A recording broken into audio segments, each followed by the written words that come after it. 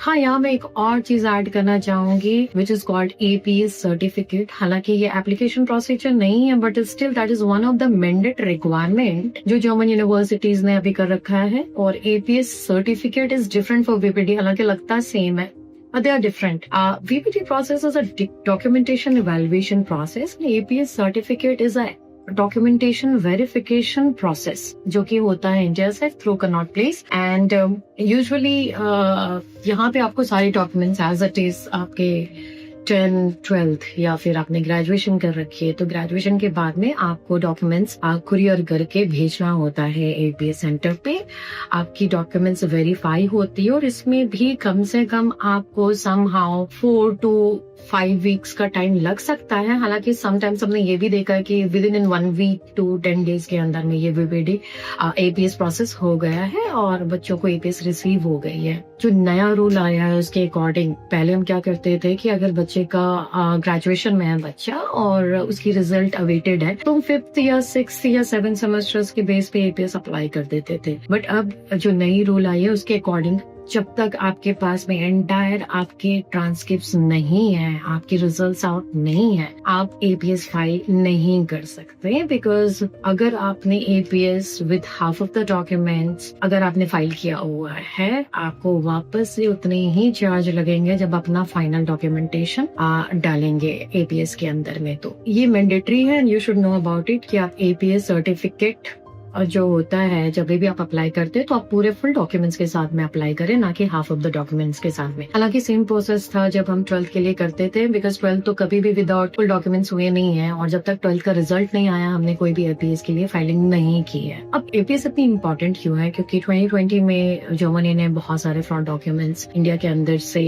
पाया था and that's the reason they had decided कि हर एक डॉक्यूमेंट्स और हर एक बच्चा जो जर्मनी के लिए अप्लाई करता है वो डॉक्यूमेंट्स का इवेल्युएशन करवाएंगे और वेरिफिकेशन प्रोसेस करवाएंगे। नाउ कुछ न्यू रूल्स जो एपीएस के अंदर में आए हैं वो भी बताना काफी ज्यादा जरूरी है। When it comes to the student of 12th class, ना जर्मनी ने नया रूल लाया है कि अगर आपकी परसेंटेज लेस देन 70% है तो आप जर्मनी के अंदर एप्लीकेशन फाइल नहीं कर सकते। You are not eligible for any of the German university. It means अगर CBSE is full of 100 marks, out of 100 marks भले आप अपने इंडिया के अंदर में पास कर जाए, अगर आप 70 से नीचे होते हैं तो you are not allowed to get into these university. You can not apply the application to any of the universities, चाहे वो पब्लिक हो चाहे प्राइवेट हो।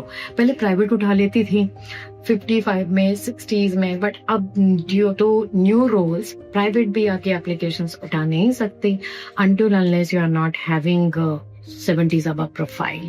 सो एपीएस ये मेक श्योर करेगा कि आपकी 70% है तभी जा करके आपको एपीएस सर्टिफिकेट अलाउ होगा।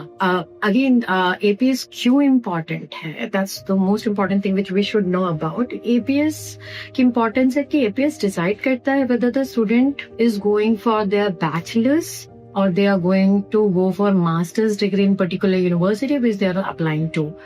अगर हम बात करें जर्मन एजुकेशन सिस्टम की, सो बच्चे जो सीबीएसई में जाते हैं they are not allowed to go directly for their bachelors degree किसी भी पब्लिक यूनिवर्सिटीज के अंदर में और ना तो प्राइवेट के भी अंदर में। सो जर्मनी में रूल है कि विदाउट 13th ईयर आप अपनी बैचलर्स की एजुकेशन स्टार्ट नहीं कर सकते अगर आप सीबीएसई बैकग्राउंड से आते हो। हालांकि ये एग्जाम्प्ट है फॉर द स्टूडेंट जो कि आईबी डिप्लोमा से आते हैं, तो स्टूडेंट्स जिनके पास में ए लेवल सर्टिफिकेट है या फिर तो स्टूडेंट जिन्होंने अपना फर्स्ट ईयर बैचलर्स डिग्री यहाँ से किया है। हालांकि मैं मानती हूँ कि अगर आप अपना फर्स्ट ईयर जर्मनी से करें इट्स ऑलवेज बेटर, ताकि आप उनकी एजुकेशन को समझे और तब जाकर के आप बैचलर्स की डिग्री के अंदर में एनरोल करें अपने आप को। So this is there for the student who are in class 12th and who are planning for the bachelors degree. Now coming to masters के लिए जो बच्चे अप्लाई करना चाहते हैं, सो अंडर ग्रेजुएट डिग्री के अंदर में अगर आप किसी भी यूनिवर्सिटीज के अंदर में अप्लाई करना चाहते हैं,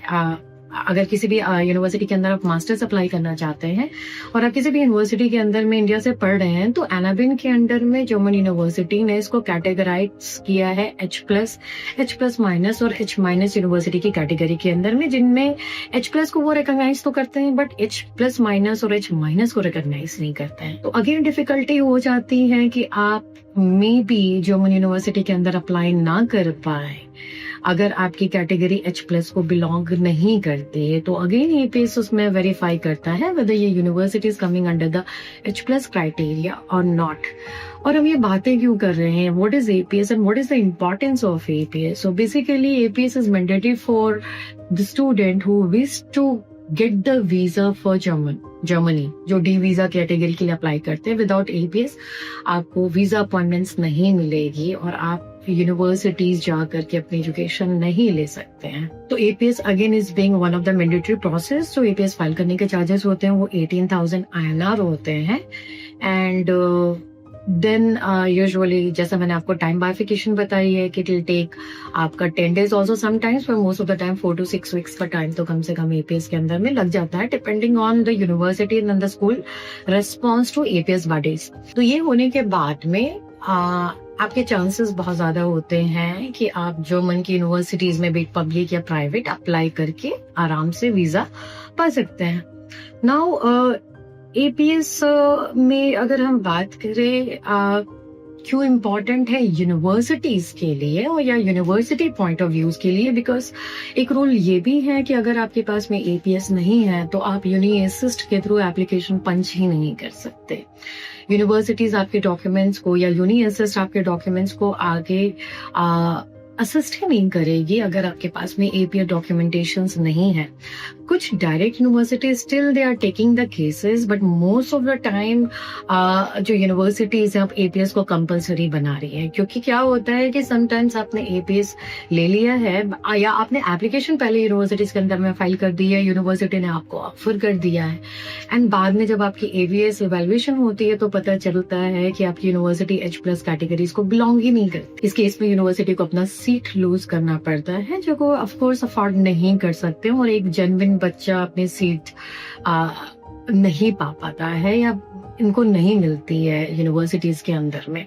सो that's one thing, that's the reason APS is something which is very important.